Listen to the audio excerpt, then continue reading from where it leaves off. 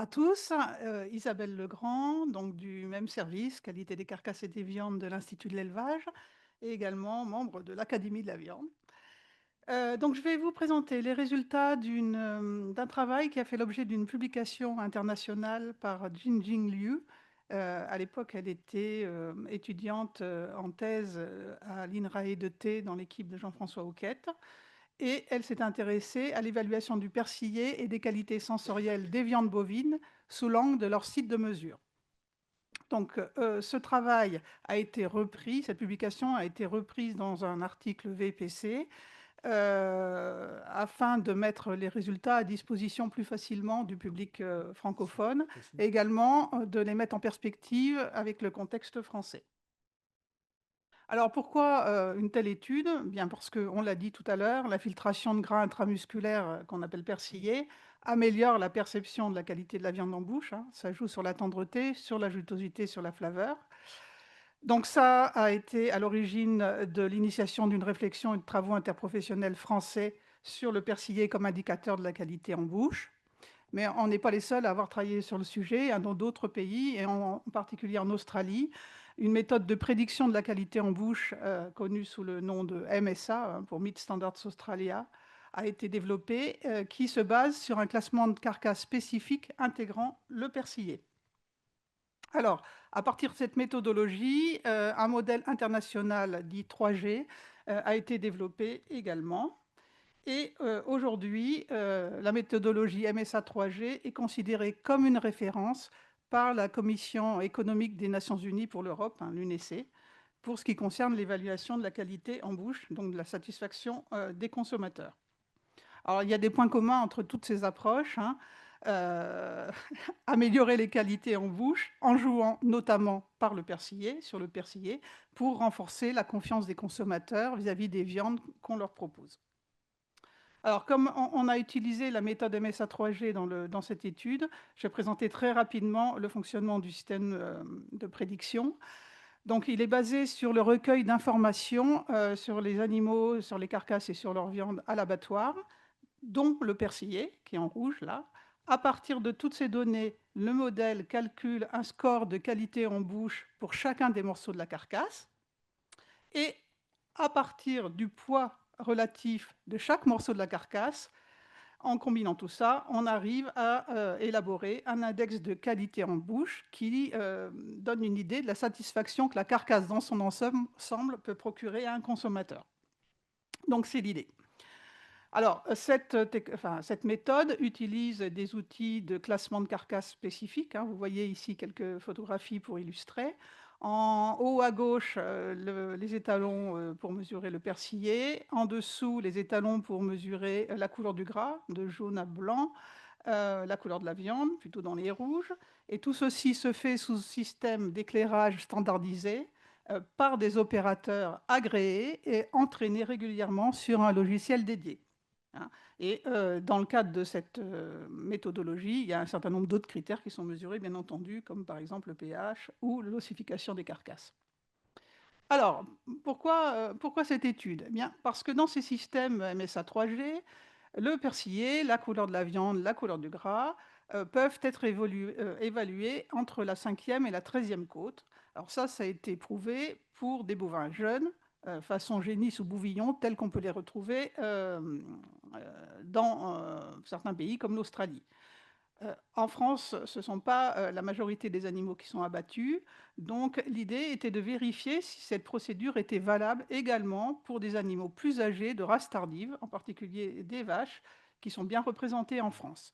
Et donc, comparer deux sites de mesure pour ces trois paramètres, persillé, couleur de viande, couleur de gras, à la 5e côte, qui est la zone habituelle de séparation basse-côte entre côtes, et à la 10e côte, qui est la zone habituelle de séparation entre côtes faufilées. Donc on voit sur les photos, hein, que la surface d'évaluation du persillé n'est pas du tout la même aux deux niveaux.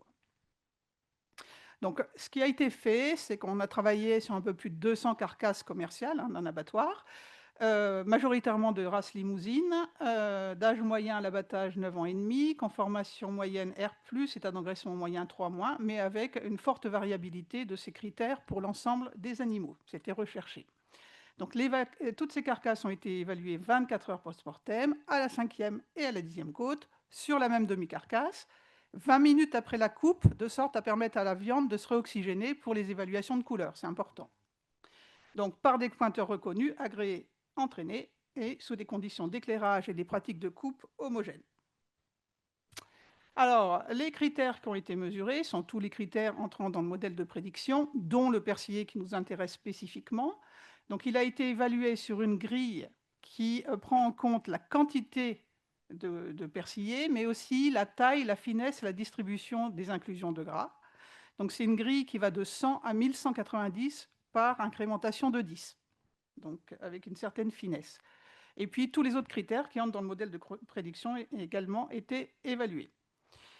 Pour leur intérêt commercial, mais n'entrant pas dans le modèle de prédiction, on a également évalué la couleur de la viande sur l'échelle du milieu, là, selon une grille en 9 classes, en 10 classes, de 1A à 7. De même que la couleur de gras sur la grille de droite, de 0 à 9. Non, donc c'était 9 classes la première, 10 classes la seconde. Voilà. Donc, au-delà de ces classements, de ces évaluations persillé, couleur de gras, couleur de viande, sur 164 bovins, il a été possible de récupérer les prédictions par le modèle MSA 3G, des scores de qualité en bouche, alors de 3 parties du long dorsal, qui est le muscle sur lequel portait l'étude. Donc la partie thoracique qui correspond à peu près à l'entrecôte, et puis les parties antérieures et postérieures du faux filet. On a récupéré également les prédictions pour les autres morceaux de la carcasse, de sorte à pouvoir calculer l'index de qualité en bouche de l'ensemble de la carcasse pour chacun des animaux. Et ceci dans 2 cas de figure, avec les scores de persillé à la 5e côte et avec les scores de persillé à la 10e côte. Donc, toutes choses égales par ailleurs. Alors, les résultats. En matière de score, score de classement, de persillé, on voit ici les résultats. Vous voyez, j'ai entouré les moyennes. À la 5e côte, c'est la ligne du haut. À la 10e côte, la ligne du bas. On voit qu'on est un peu en deçà de 300 sur une échelle qui va jusqu'à 1190. Donc, sans surprise, pour nos types d'animaux, on a des animaux qui présentent un persillé relativement peu important. Pas d'écart significatif entre les évaluations 5e et 10e côte. Concernant la couleur de la viande et la couleur du gras, donc on va commencer par la couleur de la viande. J'ai mis en bleu clair la 5e côte, en bleu foncé la 10e côte. On voit que les résultats moyens sont situés entre 2,5 et 3. Donc une viande moyennement pigmentée et un écart significatif, là pour le coup, entre la 5e côte, qui semble plus claire, que la 10e. Concernant le gras, là encore, un écart significatif entre l'évaluation à la 5e côte, où on est à 2,5, et l'évaluation à la 10e côte, on est à 3,5. Donc un point d'écart pour des viandes moyennement de gras plutôt claires. Voilà.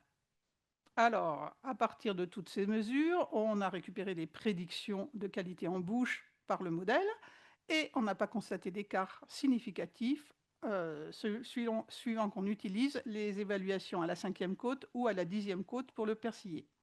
Donc là, dans le tableau, figurent les scores prédits de qualité en bouche des 3 parties du faux filet, du long dorsal qui nous intéressait. Donc vous voyez qu'entre 5e et 10e côte, il n'y a jamais d'écart significatif dans les prédictions de qualité, même si on constate que la partie postérieure du faux filet semble avoir des performances en bouche nettement moins importantes que la partie antérieure ou thoracique. 50 contre 58, c'est significatif. Mais globalement, pas de différence entre les 2 suites de mesures, qui était ce qui nous intéressait. Et pour ce qui concerne l'index des qualités en bouche, qui tient compte de ces résultats, mais aussi des résultats de prédiction obtenus sur les autres muscles de la carcasse, pas non plus d'écart significatif. Donc, si on doit conclure sur cette étude, comparaison entre les 2 sites de classement 5e et 10e côte pour le persillé, pas de différence significative. Alors là, c'est dans les conditions de notre étude, avec les outils de mesure que nous avons utilisés. Mais ce résultat-là ne fait pas l'objet d'un consensus au niveau international. Donc il y a des auteurs qui ont trouvé des différences entre la 5e et la 10e côte, parfois dans un sens, parfois dans l'autre. Il y a d'autres auteurs qui n'ont rien trouvé comme nous. Je dirais que la nature des outils de mesure utilisés a sans doute son importance sur ce point. Pas de différence significative dans nos conditions sur les prédictions de score de qualité en bouche des morceaux, ni sur les prédictions de l'index de qualité en bouche de la carcasse dans son ensemble. En revanche, couleur de viande, couleur de gras sont toutes les deux plus claires à la 5e côte qu'à la 10e. Et donc, quand on veut mesurer ces paramètres, c'est important de s'en souvenir et de réfléchir à quel endroit on va faire les mesures.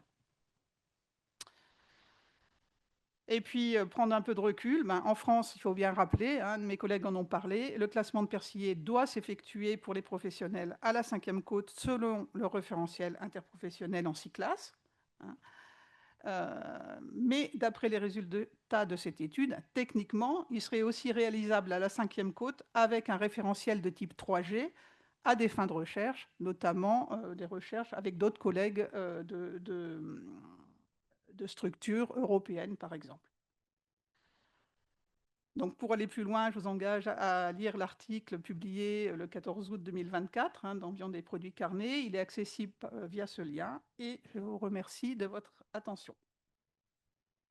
Si je résume rapidement, 5e côte, 10e côte, c'était plus ou moins l'objet de cette recherche et pas à la fin de la conclusion, pas de différence, sauf dans certains sous-ensembles, mais grosso modo, on sait que la 5e côte suffit pour avoir un bon diagnostic.